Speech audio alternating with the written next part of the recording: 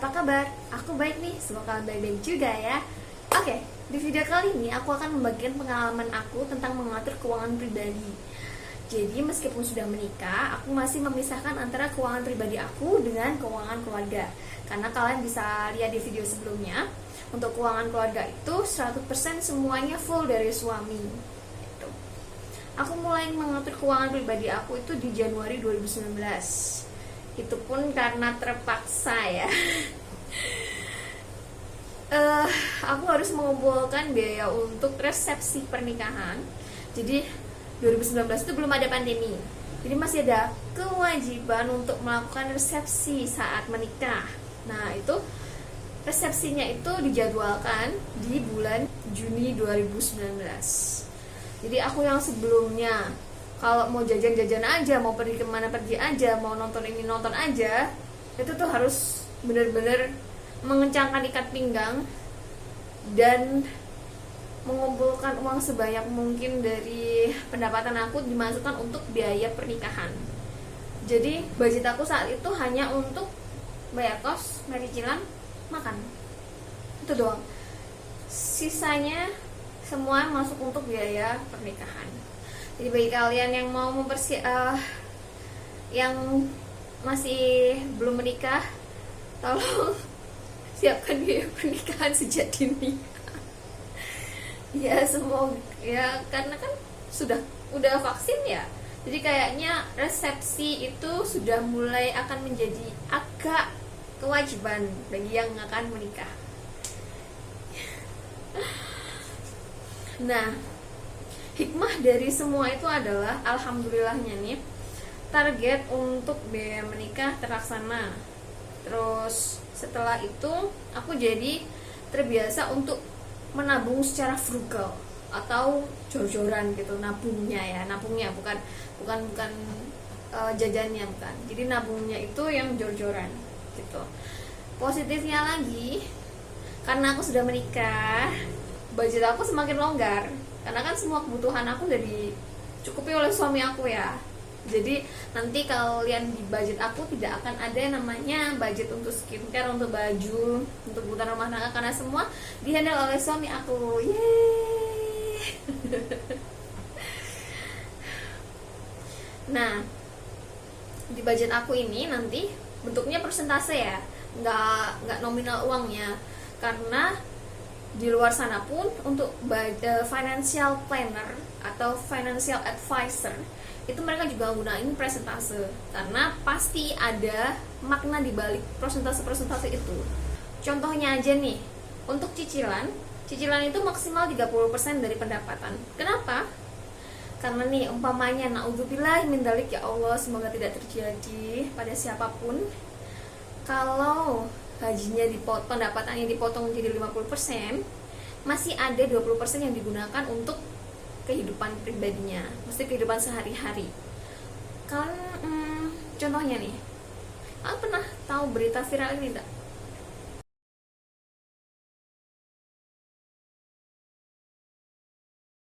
Berita ini viral di tahun 2020 saat awal-awal pandemi COVID-19. Jadi ada seseorang yang curhat, sebelum pandemi gajinya itu 20 juta. Namun karena COVID-19 gajinya dipotong menjadi 50%, sehingga hanya sisa 10 juta. Tapi itu tidak bisa memenuhi kebutuhan pokok keluarganya, karena cicilan yang dia miliki itu 9,5 juta, yang mana itu hampir 50% dari gaji dia sebelumnya dan hampir 100% dari gaji yang setelah dipotong. Untuk keluarganya dia hanya ada sisa 500.000, dan itu nggak cukup untuk kebutuhan sehari-hari, sehingga dia minta untuk dimasukkan dalam menerima bansos atau bantuan sosial. Jadi kayak ngeri-ngeri sedap gitu ya. Maksudnya 500.000 ya iyalah. 500.000 tuh buat belanja lauk aja kan sebulan. Itu dia masih punya anak, masih punya istri, gimana terus listriknya gimana, itu ngeri banget. Makanya itu cicilan maksimal 30%, itu harus dipatuhin sih. Kalau bisa nggak ada cicilan itu lebih baik, sangat lebih baik, karena aku sendiri ngalamin punya cicilan itu nggak enak. Itulah kenapa aku berusaha untuk menyelesaikan semuanya dengan lebih cepat gitu. selain pertimbangan tersebut, untuk yang pengen punya anak, setidaknya untuk dana pendidikan anak begitu tahu kalau sudah positif hamil, kayak gitu. Kok disiapinnya jauh hari banget sih, gitu kan? Pikirnya, aku dulu juga mikir gitu. Cuman setelah ngitung-ngitung sendiri ya, dan ada rumusnya itu. Jadi kalau kalian pengen tahu berapa sih kayaknya biaya sekolah anak saat anak kita udah akan sekolah nantinya, itu banyak. Kalian bisa lihat di Zep Finance atau kalkulator di Zep Finance itu.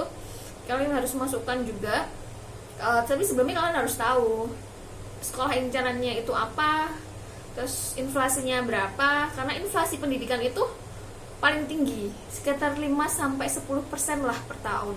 Jadi kalau nggak disiapin dari saat ini, jauh-jauh hari, pasti akan keteteran nantinya. Kalaupun nih ya, ada niatan untuk sekolahin anaknya di negeri lah, dari TK, SD, SMP, SMA, ya nggak apa-apa. Itu mungkin nggak begitu pengaruh ya sama budget kita sehari-hari, karena kan apalagi ada biaya untuk bos dan sebagainya gitu. Tapi kan dana pendidikan itu bukan cuman biaya sekolahnya, itu termasuk adalah seluruh biaya sosialnya dan kebutuhannya. Jadi kayak apalagi saat ini ya, anak TK, anak SD setidaknya harus ada HP untuk dia ngerjain tugas gitu kan. Meskipun itu HP orang tua ya, tapi kan tetap ada kebutuhan hal itu. Nah selain itu, kalaupun SD sampai SMA-nya dia negeri dan biayanya nggak banyak, gimana dengan kuliahnya? Aku dulu kasus aku ya, jadi aku itu kuliah di universitas negeri, masuknya jalur prestasi, jalur undangan zaman dulunya, PMDK namanya. Jadi aku nggak perlu ujian, aku nggak ada uang keluar untuk tes, itu nggak ada. Jadi beneran ada aku cuma ngasih ke universitasnya aja raport aku selama 3 tahun, karena dulu kan masih signifikan ya gitu. Raport aku selama 3 tahun, ranking aku selama 3 tahun, perkembangannya kayak gimana, dan alhamdulillah masuk. Itu pun aku masih harus bayar uang kayak pangkal gitulah, atau uang gedung gitu bahasanya ya kalau zaman sekarang. Itu sekitar 4 juta, itu di tahun 2009. Dan tentu aja temanku membayarnya lebih banyak ya.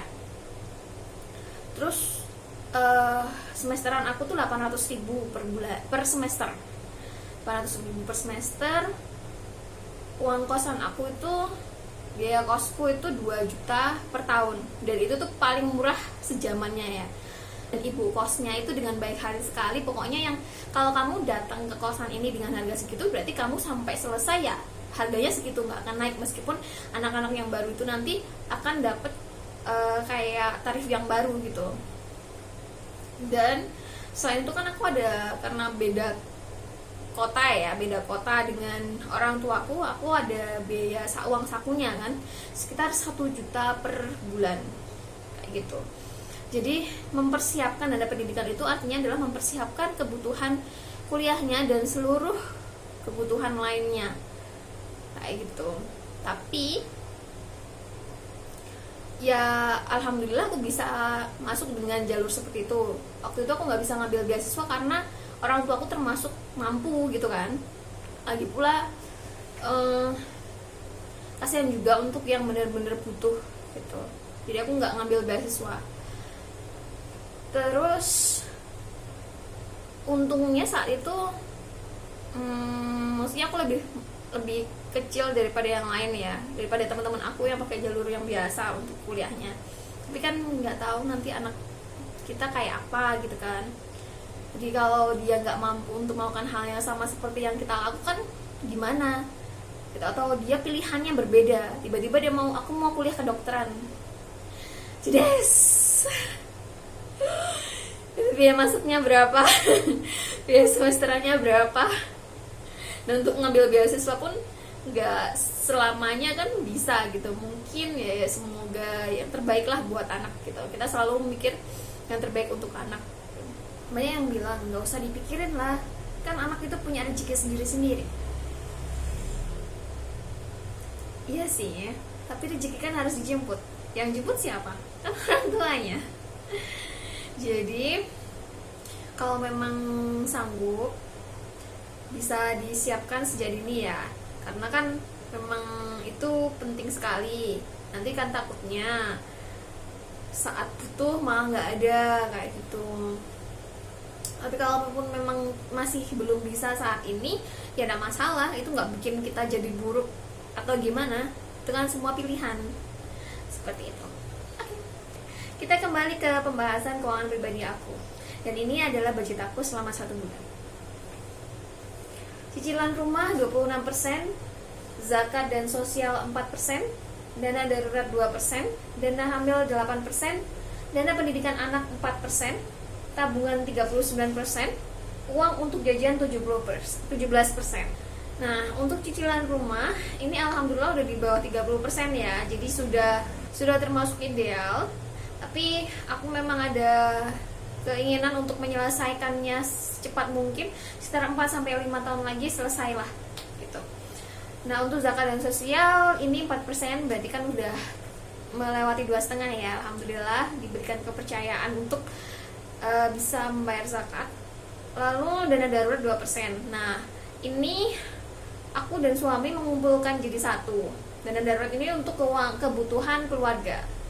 Jadi kita menyetor dengan nominal yang sama, dikumpulkan ke aku karena aku memang yang mengatur keuangan untuk keluarga. Lalu dana hamil 8% ini termasuk besar ya. Ini karena dana hamil ini termasuk untuk biaya vitamin aku, biaya periksa ke dokter, biaya USG 4D yang sejak 5 bulan itu sudah mulai ada budgetnya. Biaya kebutuhan untuk persiapan adik, jadi kayak beli stroller, beli baju-baju, beli lemari, apapun itu. Lalu ada biaya untuk acara-acara. Jadi kan kalau hamil, aku masih hamil nih, kan ada acara 3 bulan atau 4 bulanan kan ya.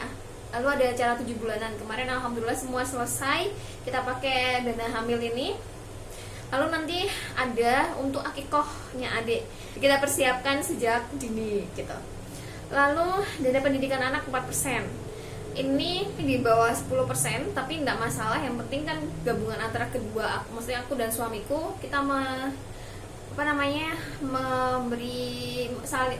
memberikan porsi yang sama untuk dana pendidikan ini. Kita siapkan sejak dini, jadi nanti sekitar ada umur 3 tahun dia masuk playgroup, uangnya sudah ada kayak gitu. Lalu tabungan 39%. Nah, ini besar banget ya. Soalnya aku memang ingin menyelesaikan cicilan aku yang itu ingin aku selesaikan 4-5 tahun lagi, itu target aku. Jadi aku masukin ke tabungan agak besar segini. Uang jajan 17%. Ini adalah sisa dari setelah aku kurangin dari cicilan rumah, zakat, dan semuanya itu. Jadi ya ini tuh uang untuk jajan itu fleksibel, paling fleksibel ya. Lalu untuk uang jajan 17% itu ada breakdownnya sendiri seperti ini. Pulsa, Telkomsel dan Indosat itu 8%, entertainmentnya 22%, makan dan free 70%. Nah, untuk pulsa, jadi karena aku punya 2 provider, aku punya 2 nomor ya, Telkomsel sama Indosat. Jadi aku tuh orangnya tipe yang bisa dibilang parnoan. Jadi aku punya 2 nomor. Yang satu tuh khusus untuk kayak mendaftarkan, ya kayak di bank atau apapun, didaftarkan pakai nomor itu. Satunya disebar ke teman-teman dan keluarga. Jadi nomor satunya itu memang khusus untuk ya kayak administrasi aja gitu. Jadi kayak aku ngerasa lebih safe dengan kayak gitu. Kalau memang kalian nggak pengen kayak gitu ya nggak masalah sih. Ini kan pilihan pribadi. Lalu entertainment ini apa? Aku punya hobi baca komik, antara yang fisik dan yang digital. Jadi kayak kalau fisik berarti aku beli buku komiknya, kalau digital aku beli koin. Ya, kalian tahu namanya aplikasi Kakao Page ataupun Webtoon, aku kebanyakan ngabisin koin di situ kayak gitu. Ya gimana ya, supaya seneng aja sih, karena memang bahagia aku kayak gitu. Lalu kadang juga pengen sih, kadang lihat di Shopee ada yang lucu-lucu, meskipun nggak begitu butuh ya beli ya di situ. Ataupun mau beli makanan kayak pat bingsu atau beli makanan kayak tteokbokki dan sebagainya, pokoknya yang di luar kebutuhan makan siang pokok lah. Nah itu aku pakai duit entertainment. Lalu 70% itu untuk makan siang dan free. Kenapa aku kasih free di situ? Dan free ini maksudnya adalah ya kalau ada temen yang mau nikahan atau ada yang sumbangan yang tiba-tiba, atau yang ini juga aku pakai saat ini kan adikku mau nikahan, jadi aku pakai uang free makan dan free ini untuk ngumpulin buat sumbangan lah buat adik aku. Jadi aku siapkan dari sekarang meskipun acaranya nanti masih Oktober kayak gitu. Nah kalau untuk makan siang ini tuh karena aku kerja dan di kantorku nggak ada kantin, jadi biasanya itu harus GoFood atau GrabFood kayak gitu. Nah aku pakai untuk itu. Lalu bagian jajan dan free adalah pos paling fleksibel dalam budget aku. Jadi umpamanya ada kebutuhan mendesak, aku ngambilnya dari pos jajan and free kayak gitu. Seperti waktu saat ini adikku mau menikah, nah aku kan butuh pos untuk disisihkan untuk sumbangan. Nah itu aku ngambil dari pos jajan and free. Jadi kalau umpamanya aku entertainment nggak begitu butuh ya nggak masalah gitu. Jadi nanti aku hilangkan dulu. Tapi kalau makan kan pasti ya, tapi makan siang. Tapi mungkin bisa aku kurangin. Aku makan apa gitu atau bawa dari rumah seperti itu.